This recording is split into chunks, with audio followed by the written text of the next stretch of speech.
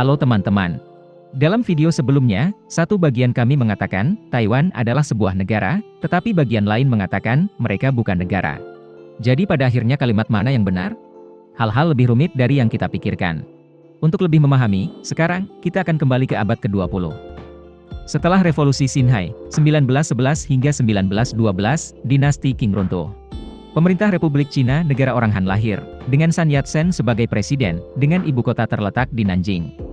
Saat itu, Yuan Shikai, seorang pejabat dinasti Qing, sedang memimpin pasukan Beiyang di Beijing, pasukan terbesar di Cina saat itu. Oleh karena itu, untuk menghindari konflik, Sun Yat-sen terpaksa menyerahkan posisinya. Sebaliknya, Yuan Shikai harus mengakui pemerintah republik. Namun, ketika menjadi presiden, Yuan Shikai menggunakan kekuatannya untuk menyerang Republik Tiongkok, membubarkan Kuomintang, dan menyebabkan Sun Yat-sen melarikan diri ke Jepang. Pada tahun 1915, Yuan Shikai menyatakan dia adalah kaisar Cina, dan berusaha untuk mengembalikan monarki. Setelah tahun bahagia menjadi kaisar, Yuan Shikai tiba-tiba meninggal. Cina memasuki periode yang dikenal sebagai era para panglima perang. Negara ini dibagi menjadi banyak faksi yang berbeda. Pada tahun 1917, Sun Yat-sen kembali dan memulihkan republik dengan nama Kuomintang Cina. Dia ingin menyatukan negara, tetapi tidak memiliki kekuatan yang cukup dan harus bergantung pada bantuan dari luar. Orang Barat menolak. Tetapi Uni Soviet setuju untuk memberikan dukungan militer dengan satu syarat, Kuomintang harus bekerja sama dan bersekutu dengan Partai Komunis Tiongkok. Setelah 2 tahun mengirim pasukan untuk mengalahkan Utara, era Panglima Perang berakhir.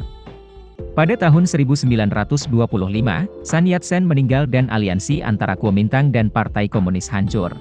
Chiang Kai-shek berkuasa, melanjutkan karir Sun Yat-sen di ibu kota Nanjing. Mereka melanjutkan untuk membantai komunis, yang menyebabkan berakhirnya aliansi militer dengan Uni Soviet. Dan awal perang saudara di Cina. Pada tahun 1927, Tentara Merah, Partai Komunis didirikan, dipimpin oleh Mao Zedong sebagai panglima tertinggi. 4 tahun kemudian, pada tahun 1931, saat Perang Saudara masih berlangsung, Jepang menyerang Cina Timur, untuk memperluas wilayahnya. Mereka mendirikan pemerintahan boneka yang disebut Manchuria. Pada tahun 1935, Partai Komunis Tiongkok menyerukan penghentian Perang Saudara dan persatuan melawan Jepang. Namun, Chiang Kai-shek tidak mendengarkan, dan masih ingin menghancurkan Partai Komunis. Pada tahun 1936, 2 jenderalnya menculik, dan memaksanya untuk menandatangani aliansi militer dengan Partai Komunis, untuk melawan Jepang. Pada tahun 1937, Perang Tiongkok-Jepang meningkat. Saat itu Jepang menyerang langsung ibu kota Nanjing, membantai ratusan ribu tentara dan warga sipil. Setelah itu, pertempuran pecah antara kedua belah pihak. Sampai Agustus 1945, AS menjatuhkan 2 bom atom di Hiroshima dan Nagasaki, menyebabkan Jepang menyerah kepada sekutu, selama Perang Dunia Kedua. Jepang harus menggertakkan giginya dan menandatangani klausul penyerahan, mengembalikan kedaulatan semua tanah yang diduduki sebelumnya, termasuk Pulau Taiwan dan Republik Korea. Setelah Jepang menarik diri dari Cina pada tahun 1946, Partai Komunis didukung oleh Uni Soviet, dan Kuomintang, di bawah dukungan Amerika Serikat, terus bersaing memperebutkan posisi penguasaan negara. Selama 3 tahun berikutnya, kemenangan secara bertahap bergeser ke komunis. Pada tahun 1949, pemerintah Kuomintang harus menarik pasukannya ke Pulau Taiwan. Kedua belah pihak mengakhiri perang, tetapi tidak ada perjanjian damai resmi yang ditandatangani. Belakangan tahun itu, Partai Komunis memproklamirkan berdirinya Republik Rakyat Tiongkok. Namun, masyarakat internasional saat itu masih mengakui Republik Tiongkok sebagai pemerintah Tiongkok yang sah. Pada tahun-tahun berikutnya, pengakuan internasional mulai berangsur-angsur bergeser dari Republik Tiongkok ke Republik Rakyat Tiongkok. Pada tahun 1971, Perserikatan Bangsa-Bangsa secara resmi mengakui Republik Rakyat Tiongkok sebagai satu-satunya pemerintah Tiongkok yang sah.